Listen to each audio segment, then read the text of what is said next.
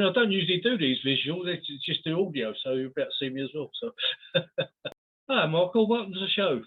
Hello, how are you? You all right? I'm absolutely fine. And maybe I should call you Merrick Alora.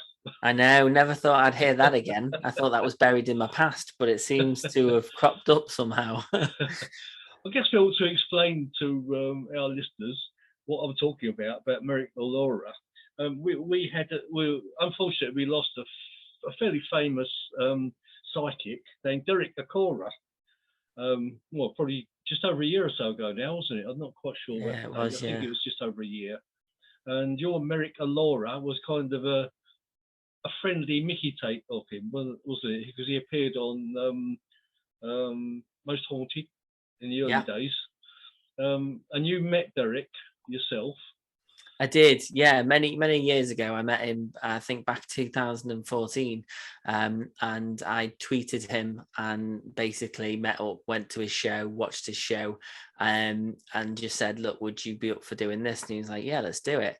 So it was completely improvised, and then we filmed when Merrick met Derek. I always wondered about that. Did you get his permission first to do it? So yeah. So I tweeted him, and he said, "Yeah, come and find me after the show, and we'll do some filming." And I was like, "What?" So we got the film in, and it was brilliant. It was incredible to actually meet him, because I grew up watching Most Haunted. I grew up watching those shows on a Thursday night on Living TV. So I do come from a fan's perspective of it all, and to have been able to have worked with him for that short tiny period of time in his life and my life, it was just really incredible. And I'm just very honored that he was up for a laugh and was willing to do that. I mean, unfortunately, I never got a chance to meet him, but I understand he was a very nice chap, easy to get along with and everything. And yeah, he was. I met him on 3 occasions, and every time I was there with him, he was just lovely, really kind. What you see is what you get. Typical Scouser, just a generally nice person. No kind of big, massive, horrible, nasty person behind what you see on the TV. It was just what you see is what you get.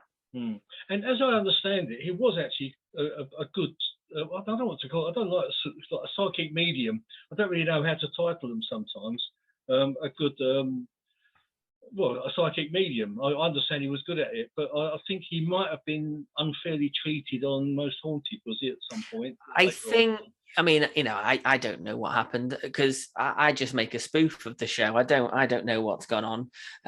But what I do know is that, TV is a demanding beast. And I know that the pressure for a show like Most Haunted to constantly keep churning out activity, you can only, imagine that there was pressures on both sides, both Derek and the show's side, to obviously make sure the show came out with some good material. That's right. But again, I don't know that for certain. I don't know what went on, but I do believe that the show had good intentions, and I do believe that it was a show that started out in the right way.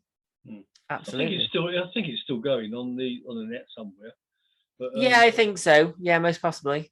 But I think you're right. I think he was probably under pressure to come up with results. I mean, as well as I do, if you go on some of these ghost hunts and things, things are not always happening, are they? No, and you can't always guarantee. I mean, I was at Chillingham Castle a couple of weeks ago. I was going to ask you about that. Yeah, a very haunted castle, and I was in the main bedroom where the episode of Most Haunted, where they actually went into the room where I was staying, and they found that there was a boy who had been buried in the brickwork of the building. Of the castle, sorry. And no, I didn't, on that evening, didn't feel or sense anything, but it all depends on the company that you're with and the atmosphere.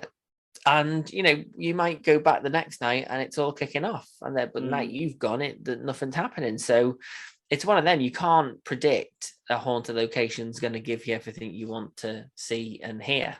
Yeah, because I imagine, because he's sort of being given suggestions by people of names and sometimes incidents. And I guess in that particular occasion, he's probably got caught. Well, there's a TV production here. and I've got to come up with some sort of result. And I guess it was that little trap. But I would say that wasn't happening on every occasion. I would say that was just an unfortunate incident where he got kind of trapped into something, you know. I think so, and it's easily done. It's easily done, but it's things like that really can tarnish your name when you are in that field, and so you have to be very careful. I mean, I'm not a medium myself, but I can imagine a lot of that industry is based on trust, and you've just got to be very, very careful what you do when you are in that world. Yeah, no, I do agree. So we'll push that aside now. That was like an introduction into America Laura. Good stuff. So that was your. I think you did like a series, didn't you, with America Laura? Was it called Ghost Towns or something? Yeah, so we did. So scary. So off the back of when Merrick met Derek, we did a series of Scariest Places, which was based off Most Haunted. It was a spoof of Most Haunted, and that ran from about 2014 to 2015, and then from 2016 to the end of 2016 I did America Loves Ghost Towns, but there's only ever 2 episodes of America Loves Ghost Towns, and that was just to wrap up the series of Scariest Places, really, because we all just fell out, we all just stopped talking, and it was a great shame, really, that happened.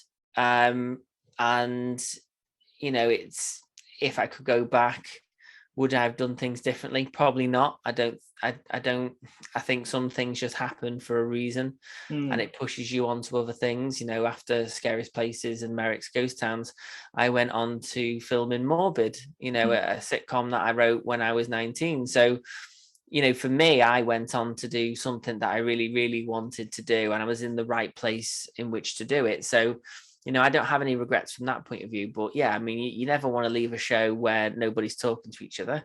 That's the last thing you want. But, it happens. And, sometimes you've just got to kind of go, well, do you know what? We all fell out, and that's that. Just move on. Some of us have reconnected, and some of us have kind of put the past behind us, but not all of us. And you've just got to find your peace with it, and obviously this year we brought Scariest Places back as well, so that was very surreal to go 6 years on after the last episode in 2015 to then filming an episode in 2021. That was absolutely crazy. I thought I'd finished with America Laura and Scariest Places, but I had one more in the bag, so it seems. I'm sure he'll be reappearing again as well. I can't really imagine that's the end of him. No, I think it's one of them. I think it will always be there now. I think it's something that's started me off in this, because obviously I have my own production company now, and I produce a lot of video content each year. So to bring it back, it feels right for me, and I enjoy doing it. That they are a lot of fun, and it does make you reminisce back to the old days when we all used to run home on a Thursday and watch all these paranormal shows on TV. So, it's just that kind of, it's a bit of gentle laughter, and a chance for people to reminisce and think of the good old days. Yeah. Well, was it kind of like a clash of personalities where you fell out, or was it on kind of a pressure of the production? Was it different ideas that people were I think I can only give my side of things. So there is always 2 sides of a situation, but I can only give my side. And to be honest, I don't think anywhere in any interview I've ever been asked what happened, but I'll try and be as neutral as I can. My apologies. No, it's fine. It was going to come out at some point, but my understanding of what happened was, as a filmmaker, I did the writing, I did the filming, I did the editing, I did the organising, I did the driving. So I had a lot on my plate as the producer, director, actor, because don't forget I was playing Merrick as well in it. So there was a lot for me to do. There was a lot of pressure, and these episodes were filmed in one full day. I had to interview all the people before, like when we did Derby Jail, I had to interview Richard Felix. We then, had to kind of, because we improvised the walk around and the night vision because we felt that it had to be improvised for it to feel natural. And, so although we knew what we were doing, there was still an element of, we're improvising this and we're going with it. So it was just a lot of pressure, because obviously some locations we only had for a day. I know that Derby, we had to go back the next week to get the shots because we just ran out of time, and we were there for 10 hours. But we had lots of paranormal stuff kicking off as well. There was lots of things banging, tapping, scratching, doors banging and everything. It just was kicking off. Did not want us there. One of the most active places I've ever been in my whole entire life is Derby Jail. Yeah. And without fail, every time you went, you'd hear or feel or smell or see something. But yeah, so from that point of view, I had a lot on my shoulders. And towards the end, so we had filmed Warwick Tudor House, which was the last ever episode, and we kind of were filming Warwick Tudor House, and then the following week we were going over to film Tuckbury Castle. And we filmed half an episode of Tuckbury Castle 6 years ago, but it never got released because we never finished off the episode because we all just hated each other on that day. Yeah. None of us spoke. Yeah. We were all in little cliques.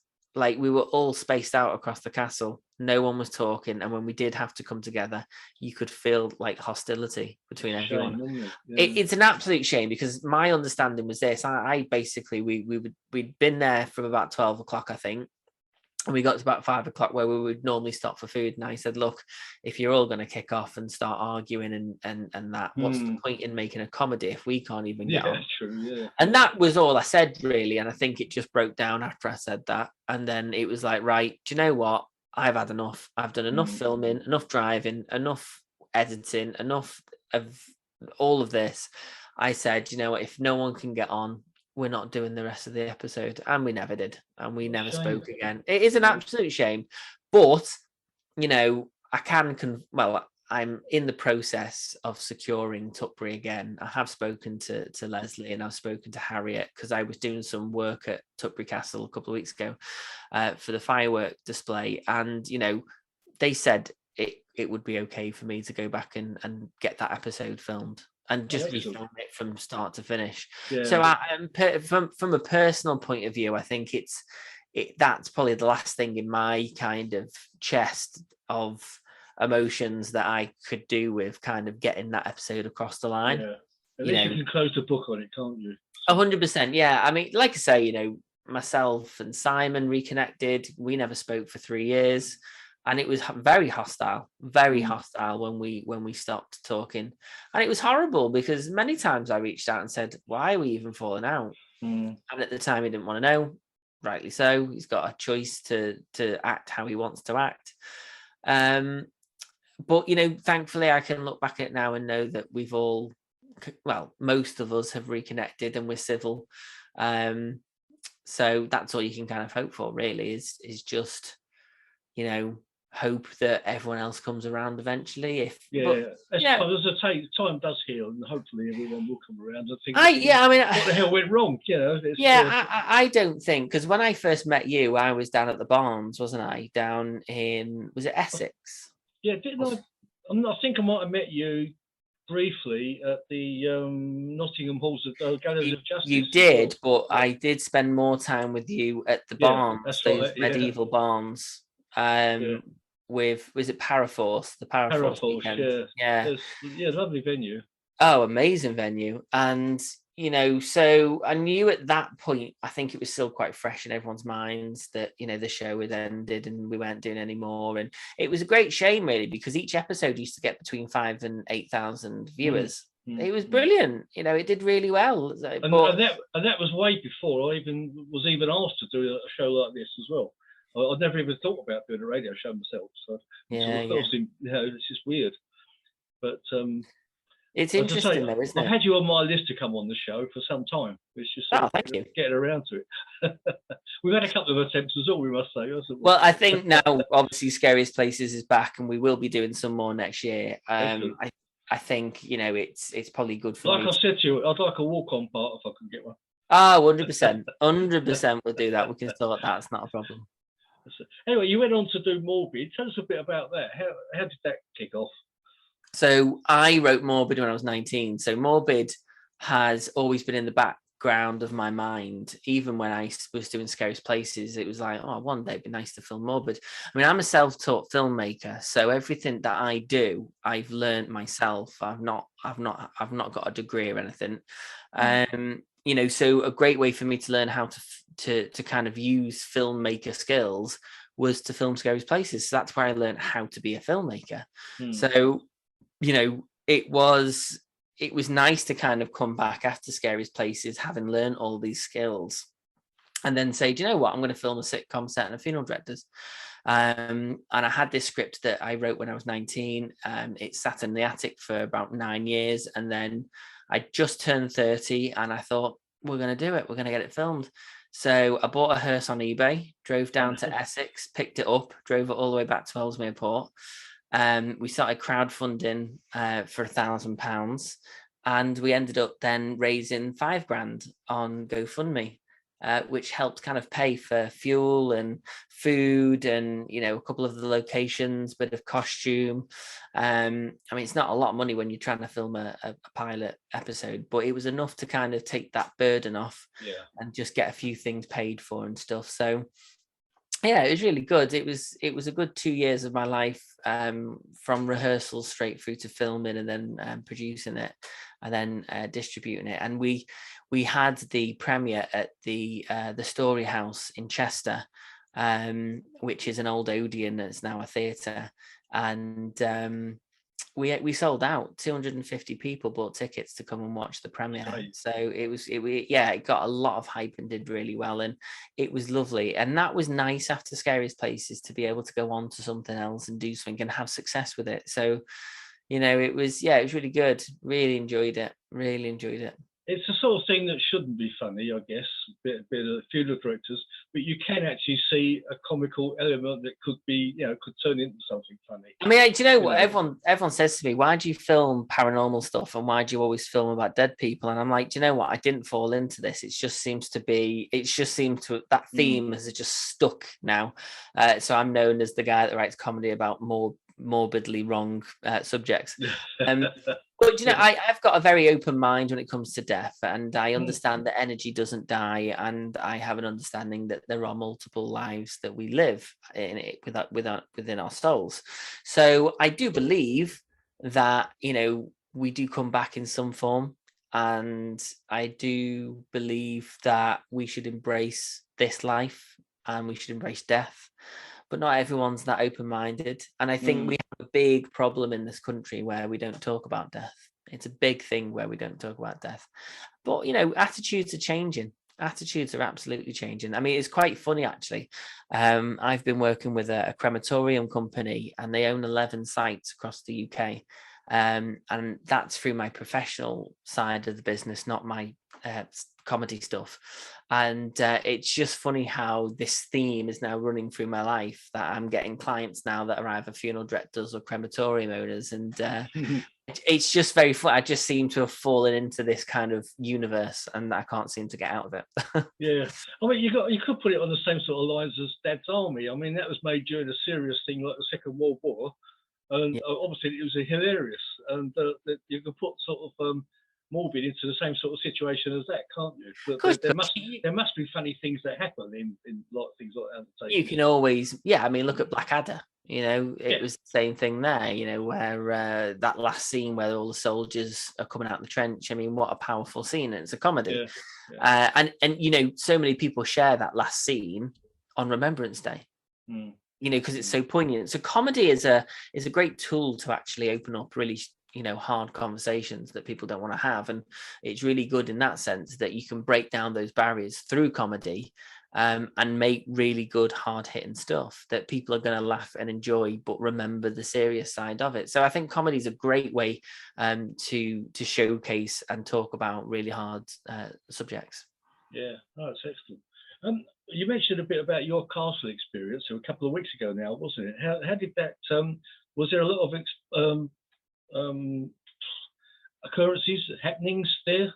At Chillingham, Yeah. Unfortunately not. No, Right. well, actually, no, I tell a lie, and I'll have to send this over to you so that you can post it when the episode goes out.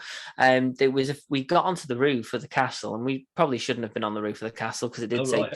it did say do not go on the roof, and it was like 12 o'clock at night. You can't resist it, can you? You just can't. And when you've got access to a castle all to yourself, you're gonna go on the roof, aren't you? Especially when you've had a drink. Yeah. Wonder what's up there then. Yeah. Yeah, exactly. Yeah. What could go wrong? Alcohol, people, and roof. So we there was about 5 of us, and we'd hired out the big room. So we were staying there the night, and we'd gone to the roof, and we heard that there was some northern lights that we could see. So we thought, okay, so we got a little tripod, and a couple of us were just kind of taking longer exposure shots on our mobile, which obviously we're probably not going to find anything with the mobile. But we gave it a go, and I said, we'll put it on a tripod, long exposure, see what we can get. And as I took a photo of everyone up on because I was trying to get a shot of the sky, but you could see people's heads looking the other way where someone else was taking the photo. I took this photo, and there was like a man. There was a shadow of a man above everybody else. Now, where we were standing on the roof. So if you imagine me standing up, this is me standing up at this level. There was somebody above my head at that level, facing the opposite way. But what was interesting about it was when you look at the photo, you can see an outline of shoulders, neck, head, right? But what is interesting is around the sides, it's like it's forming. You can see like a mist swirling round the actual outlook of the person. I find that weird because obviously we talk about how ghosts kind of they obviously they're energy, aren't they? So they kind of materialize, don't they? They kind of morph into an image of what we would recognize. So that was quite interesting. And yet you said nothing happened. No, I thought, yeah, you say something happened, but at the same time, although I'd love to believe that at 100%, I don't know whether it was or wasn't. I don't know whether it was just someone was breathing and it's freezing cold and smoke came out the mouth. And it obviously wasn't a shadow or anything, was it? So it wasn't. I'll have to send it to you, and when you post the radio, you'll have to put the link, the photo on. I'll send it to you on Facebook.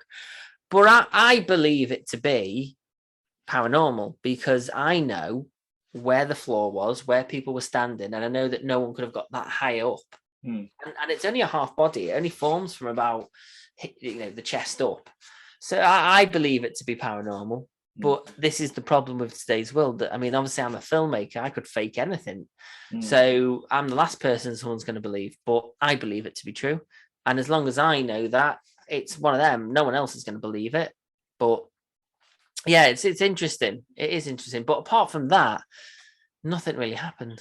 Well, I have actually seen in Rendlesham Forest, I used to live near there, and a lot of forms that you see in the forest. Actually, you don't see them with your bare eyes, but when you take a photograph, you see these misty shapes in it. So maybe that was something that you actually saw with your naked eyes. Possibly. Possibly. Very similar types of things to what I've seen.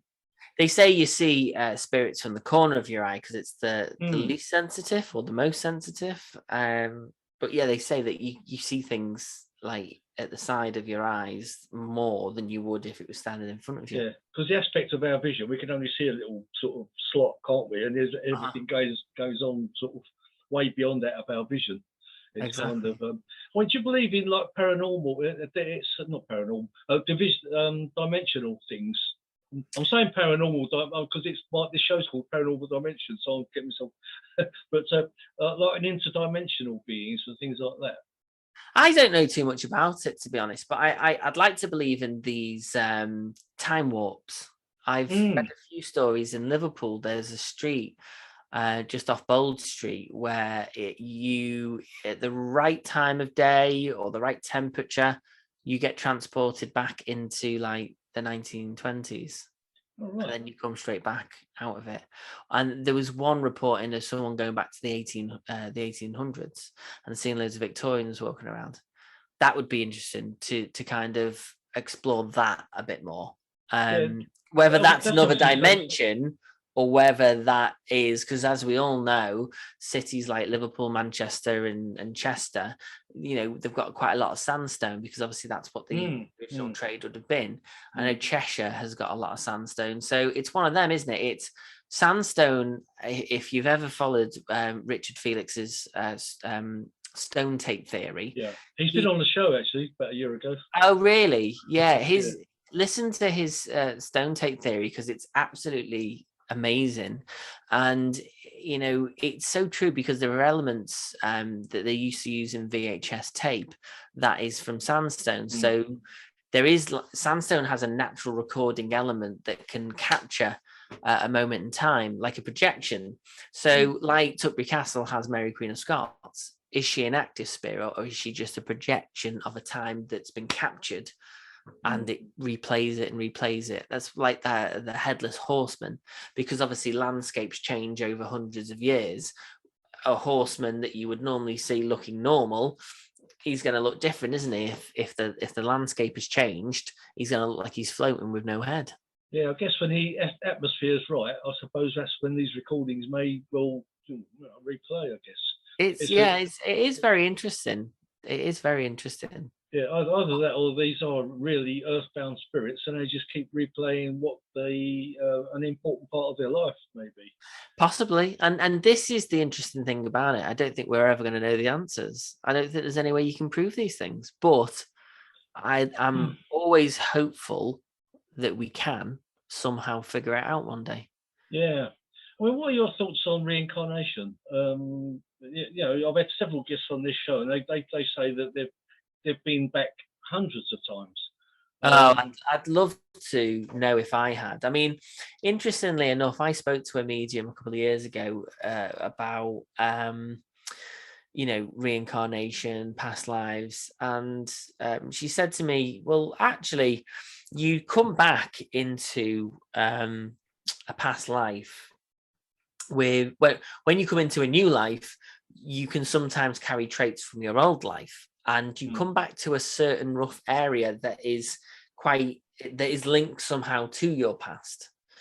And ever since I was a kid, and probably lots of people feel like this, but I do feel I have a link to the Titanic, because I've always been scared of water, but I've never ever drowned or had a bad experience. So I don't know why I'm scared of water, because I've never in this life ever experienced a bad moment in water.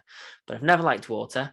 I'm not far from Liverpool. I live in Ellesmere Port, which is about 20 odd miles from Liverpool city centre, and it's the registered home of the Titanic.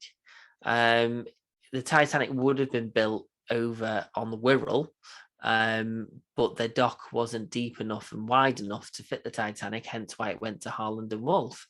But I've always had a fear of water, and I'm always drawn to anything Titanic, but I know that a lot of people are drawn to the Titanic. So, but again, it's funny, as I've got older, I'm always trying to justify my thought and what I'm saying to sound like I'm being skeptical. I'm just trying to be realistic, because although I want to believe, any good investigator has to kind of try and rule it out before they can go, well, look, maybe it could be this. Yeah, sure, absolutely. I mean, you and I share that, actually. I'm not actually scared of water, but I'm not a big fan of it. I mean, I've had dreams in the past about drowning and stuff like that, and so we can go in water, but I can't. I went open water swimming just before the end of the summer, and I was in a wetsuit, and we went swimming into the dock, which not the Albert dock, but it was a dock on the Wirral side in New Brighton. And there's no way on hell I'd have gone in there on my own, but I was with 4 or 5 people, and it took me a good 5-10 minutes to kind of get the confidence to go out where I couldn't feel underneath. Where has that come from if I've never had an issue with water in this world, in this life? Yeah, entirely. That's right. Because, if you're going to be on the Titanic and you drowned, in icy cold water, that's going to be a massive fear of yours. That's right, yeah. It's interesting, isn't it? Talking about the Titanic, there's actually a tour starting, isn't it? I don't know if it's was there actually an exhibition in Liverpool? Yeah, there is. It's at the Free Museum. It's the Maritime Museum. I do know that there's in Albert Dock. It's been there for many years, London. but they've got a lot of stuff from the ship. There is a big one, isn't there? But I don't entirely know much about what's going on outside of Liverpool in that respect. But I know that Liverpool's got a big museum that is dedicated to Titanic and other ships, naval ships, and But I know over in Ireland as well, they have Harland and Wolff have. There's a big museum there as well, a big Titanic museum there. I know when I was in Las Vegas a few years back, they had an exhibition traveling. I don't know if it was a traveling one or if it's the same one that's in London now, but they had a Titanic exhibition. Yeah, possibly. One of the hotels. I can't think what hotel it was now. But it was interesting. So, have you other experiences with the paranormal experiences? Have you had any that's really outstanding that you've sort of wondered and it's left you reeling?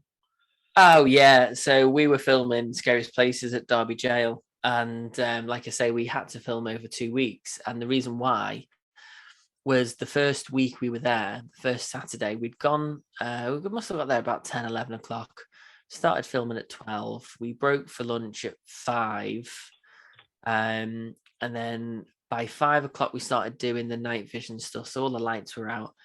No, how do we? No, I don't think we'd done a night, but we'd done some of the interview scenes still. So the bits with Annette Peeled in and all the intro bits. And there's a lot of banging under the floor, under the cobblestone of the floor. You could put your hand on the floor and you could feel the vibration, and you could say, really?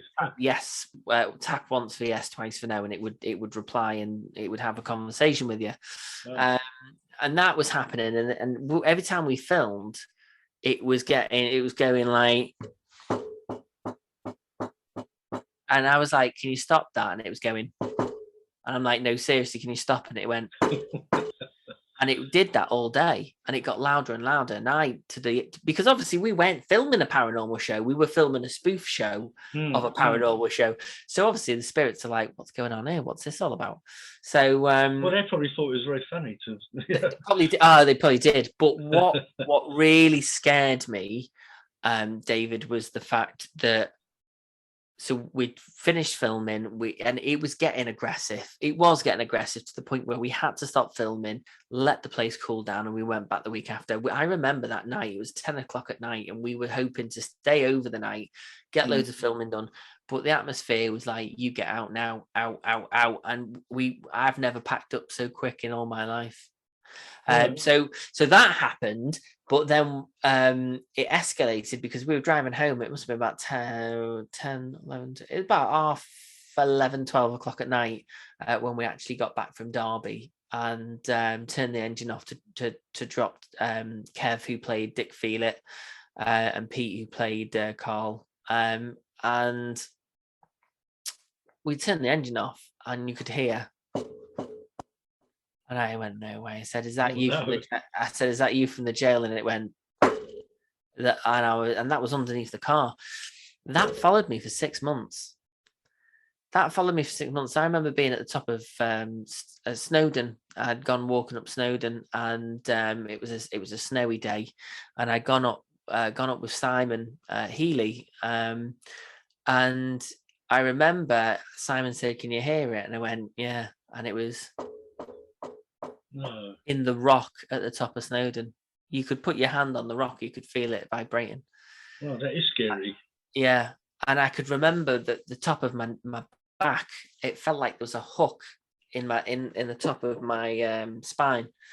And so I had to go back to Derby to get whatever it was out of me. And we had to go to Vernon Gate, which is across the road from Derby Jail.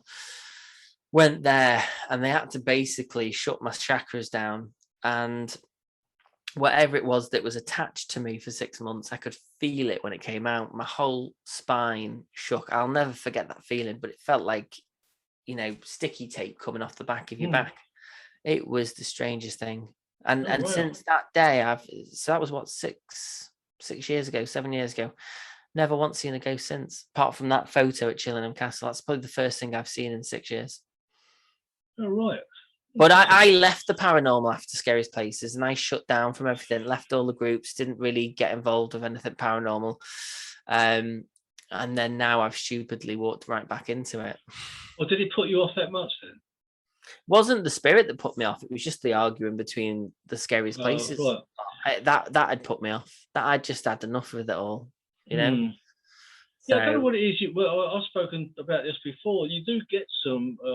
I don't know why it happens. You do get disagreements with paranormal groups. That I don't know if jealousy comes into. 100%, 100%. It's egos. It's egos, is what it is. And at the end of the day, I've always stood by my decisions as a director and a writer. And I think towards the end, what it stemmed down to with Scariest Places was the fact that, certain members wanted their characters to have bigger parts, and it's like, well, that's not really how the show works. People watch the show for Merrick being absolutely crazy. I said that's not my design. That's just the way we're trying to spoof the show to kind of make it like the real show. And then ideas of trying to turn it into like an X-Files type show. And I'm like, that's not what we're here to do. If we want to do an X-Files show, we'll go and do a different project. But don't try and ruin what we've got here, because what we're doing here is working. We had 6,000 to 8,000 people watching per episode. I'm not going to go and drastically change the whole feel of the show. So anyway, we just all split off. They went off and did their film. I went off and did Ghost Towns and wrapped up the story, and that was book closed. And then obviously 2001 pandemic happens, and it's like, oh, let's bring Scariest Places back. Yeah, don't mention the pandemic. Yeah, I try not to. So what happened to that hearse that you bought? Did you manage to? Well, I bought the hearse for filming, and then just before we went into 2 years of craziness, I just didn't, I was paying about £80 a month in tax and storage, and, I had to take it out for fuel and insurance and all that. So it was costing me just under £100 a month just to keep the hearse. And I thought, well, when are we going to be filming another episode? I can't just let this vehicle just sit here and not do anything. So it just naturally got to the point where it's like, yeah, this is costing me money. I need to get rid of it. And then I sold it for about 1,800. And I think I only bought it for 2,100. So I didn't lose too much on it, really. And I had it for about 2 years.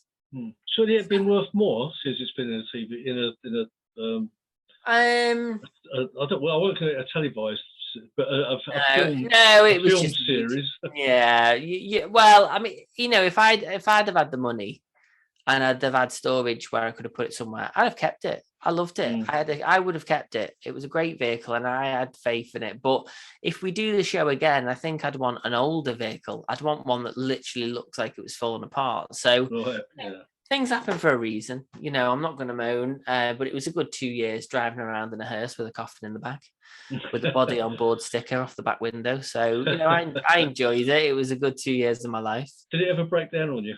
Always. Oh no, it was all right, to be honest. It was it just had 2 very expensive MOTs in the time that I had it. That's all. But I see. Yeah, but yeah, it was a brilliant vehicle. Absolutely loved it, and it was a Vauxhall as well, and it drove really nice. I used to overtake people literally down the road. I can imagine. I used to have so much fun in it. Remember with the coffin in the back. Yeah, honestly, with the coffin in the back. Yeah, it was brilliant. It was, absolutely enjoyed it. Best 2 years of my life. That's just another thought that's come to mind. What did you do about coffins? Did you have someone supplying them for you? We had a funeral director working on the show, and he very kindly gave us a coffin because he believed in the show, and he said, "Look, I believe in you guys. I think this has got something. I'm up for it. I want to help you. You can have a coffin." And we were like, "What? I still have the coffin. It's just in storage. I don't know where to put it, to be honest. So it's still in storage. So under the bed or something." I'm gonna have to do something. I don't think, considering my mum was in hospital last week, I don't think she wants it here at the moment. So Right, yeah. I'll keep it in storage for now. But yeah, so it's just in storage. Have you got any favourite famous cases that you know about or you researched about? In terms of like well-known cases, yeah. There's because I mean, I know. See, the reason I'm asking is the area that you live in the northern parts of Britain is actually quite well known for a lot of famous ghost cases, isn't it? Yeah, there's quite a lot. There's a couple of ghost stories in Ellesmere Port. I mean, there's a lot in Liverpool. You've got a lot of ghost walks as well in Liverpool. I mean, you do have in major cities, but I don't know, to be honest, I don't really know much about my local ghost history. And I think you've kicked me up the bottom to actually do something about that. Yeah. Yeah. Yeah, I know there's a Baron. He was on a show. I'm trying to find his latest book. I can't find it now. But Baron Ritten, who was actually has done a lot of work in that area, I believe, up in the northern reaches. Yeah, a bit like Richard Felix has. So I don't know where I'm going with this really. I mean, the fact that I was talking to you about it, but well, do you know? I mean, I'm just thinking here now. I mean, I do know some ghost stories, but trying to think at the top of my head, I know a lot of ghost stories from when we've gone to investigate in haunted locations for scariest places, and I've been told ghost stories. But now I don't really know anything of local history. I mean, the RAF base where we used to keep the hearse, that was very haunted, and that had a lot of pilots from World War One and World War Two there. So yeah, but I don't know of any paranormal stories that are famous of my local area, and I think that's 100% what I'm going to do. I think that would be a good idea.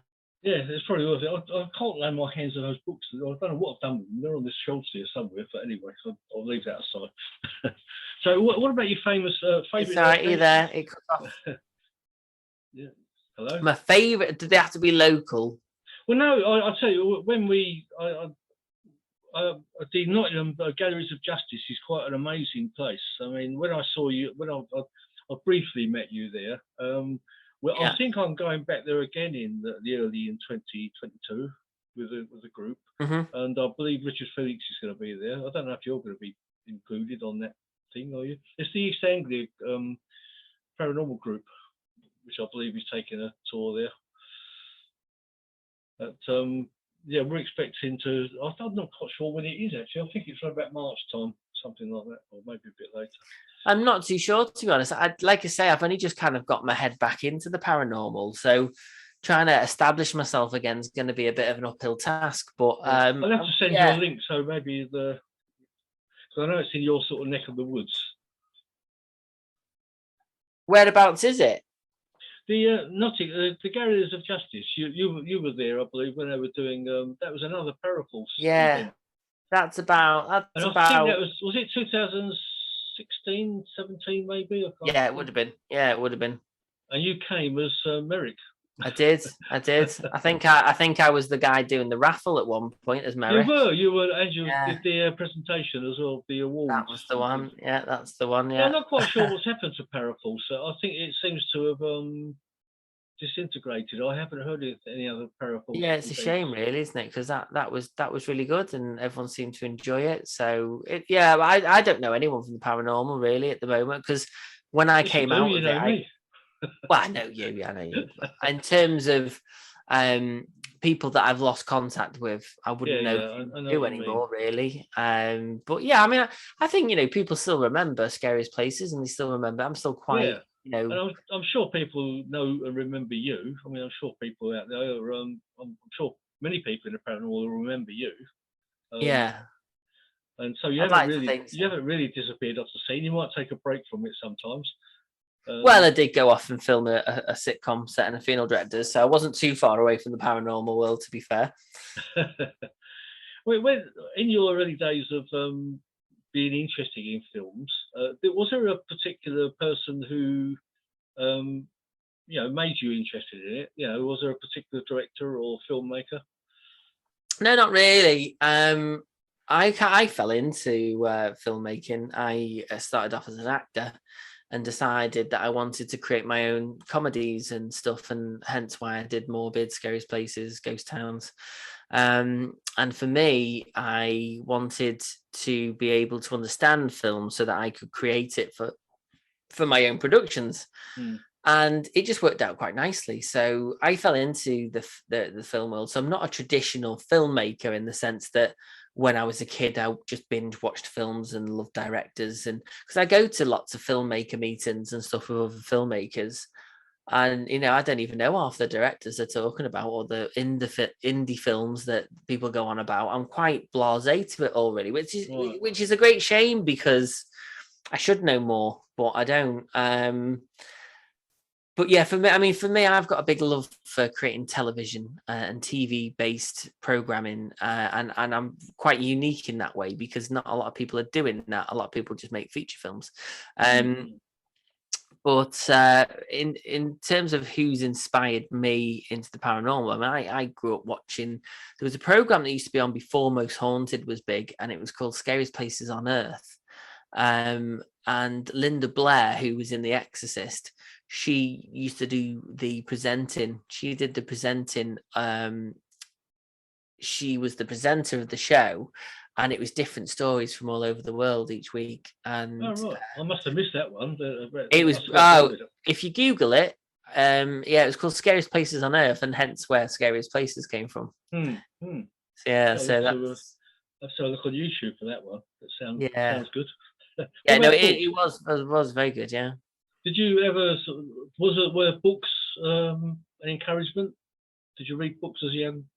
No, I'm dyslexic, so reading a book is like torture for me. Really? So learning lines and things is not that easy then? I hate learning lines, but obviously I have to do it as an actor. But for me, I do a lot of improvisation comedy. So for me, I bullet point so I can kind of go with it. So if you've seen the most recent Scariest Places, most of those scenes, although we've written certain elements of it, most of my scenes are improvised because obviously Merrick has to be improvised because of the style in which we are spoofing the show anyway, so it works being improvised. But yeah, if I have to learn lines, I do. Like Morbid, I had to learn all the lines for Morbid, and I wrote the script, and I still didn't know the lines.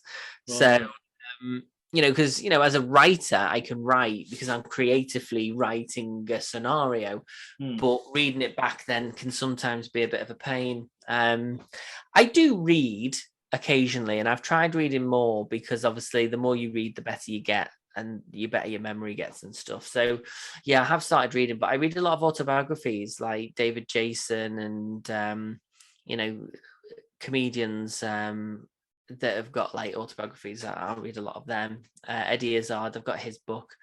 So there's like a lot of audible books that I listen to as well when I'm on long journeys and stuff in the van. So yeah. So you're good if you like if you read Norman Wisdom's book. That's hilarious. I've got it somewhere. Yeah, I've not read it, but I have actually got his autobiography. I've got him and I've got somebody else's. Tommy Cooper's. I've got him and Tommy Cooper's. Right.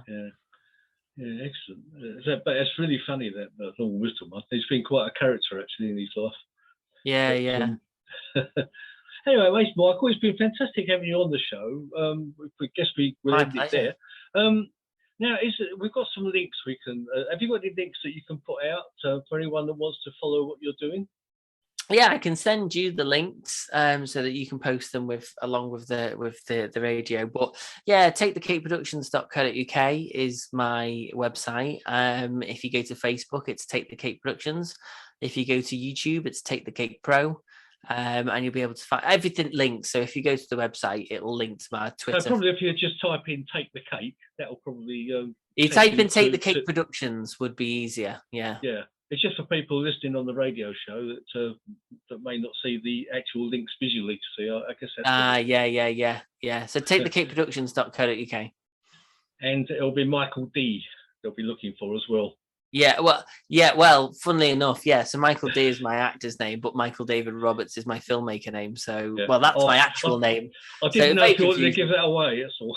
No, I don't mind giving it away. It's just any promotion through my performer name is Michael D. A bit like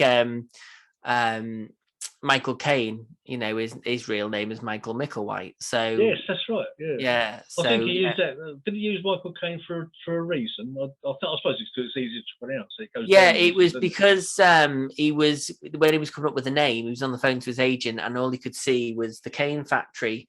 But he could only make out Caine through the window. Oh, right. So he said, "I'll just call me Michael Caine." Whereas I'm Michael D because Michael David Roberts is my name. Yeah. But Michael D, spelled D-E-E, links to Chester, River Dee, and I live literally not far from the River Dee. So it's yes, that's where my actor's name comes from. But yeah, anything that promotes me as an actor is Michael D, but my actual name is Michael David Roberts. Very confusing. I mean, I think we can see why John Wayne changed his name from Marion Morrison. But, obviously, 100%. Yeah, 100%. Yeah. But on that note, I think we'll leave it there. Yeah, I think that's probably a great place to leave it. Yeah. Get myself into trouble. Anyway, Mark, it's been great talking to you. I hope to get to see you at some point. Yes, I'm sure you will. Don't forget me for that little walk-on part. Mate, I'll give you a talkie part if you want. Free. You can have a talkie part. I'll give you a talkie part. Yeah, drop me a line, and I'll try and do a talkie part as well. But we'll have to find out where you're Essex, aren't you? I'm Essex. Yeah, anytime you're down this way, please come in for a coffee. Yeah, I've got my camper van, so yeah, we'll sort something out, because if we can do a Scariest Places down that way, it would make sense to pop in, and we'll sort something. Yeah, 100%. There's some great areas around here. Yeah, I can imagine. So I live on Canby Island now. I was living in Suffolk near Edison Forest, but Canby Island now, which is on the way to Southend. So right. Well, I'm actually down Brighton way soon at some point, which is probably nowhere near, but I'm heading down that way. I've got to do some filming down in Brighton, but I could always swing by on the way back. Yeah, always welcome. Welcome, come in for coffee. And perhaps even more, come in for dinner, even better. Well, do that, and I'll sleep outside in your van on your drive. Yeah, I'll take you out for dinner. We've got some nice pubs and things. Yeah, no, we'll definitely do it. 100% we'll do it. Let's get Christmas out the way, and then we'll sort it. Yeah. Perhaps, all right. Oh, blimey, Christmas. You just reminded me. Okay. Anyway, right. Yeah, thanks, Michael. And see you again soon. And take care of yourself. And take care of your mum. No worries. Best wishes to your mum. Yeah, definitely. Will do. Thank you. Right. Much appreciated. Right. Yeah. Cheers, mate. Take care of yourself. See you later. Bye. Bye-bye. Bye-bye. Bye-bye.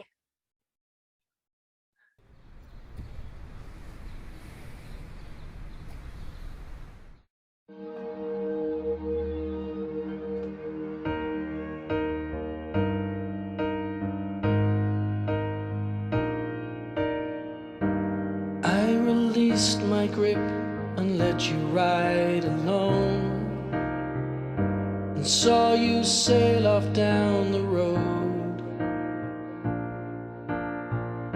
And all these many years I've watched you as you've grown. You made my heart so proud it glowed. But comes a time when we must all let go. Not gonna say goodbye, not even gonna try, 'cause you will always be in every memory. Not gonna say farewell, I think that you can tell that love is always there, you know it's everywhere. I'm never gonna say, never gonna say, I'm never gonna say goodbye. And every now and then I close these tired eyes, and I can see you run to me with a face that asks, did I do good? I tell no lies. Well, yes, you did wonderfully. But comes a time when we must all let go. Not gonna say goodbye, not even gonna try, 'cause you will always be in every memory. Not gonna say farewell, I think that you can tell the love is always there, you know it's everywhere. Not gonna say goodbye, not even gonna try, 'cause you will always be in every memory. Not gonna say farewell, I think that you can tell the love is always there, you know it's everywhere. I'm never gonna say, I'm never gonna say, I'm never gonna say, I'm never gonna say, I'm never gonna say goodbye.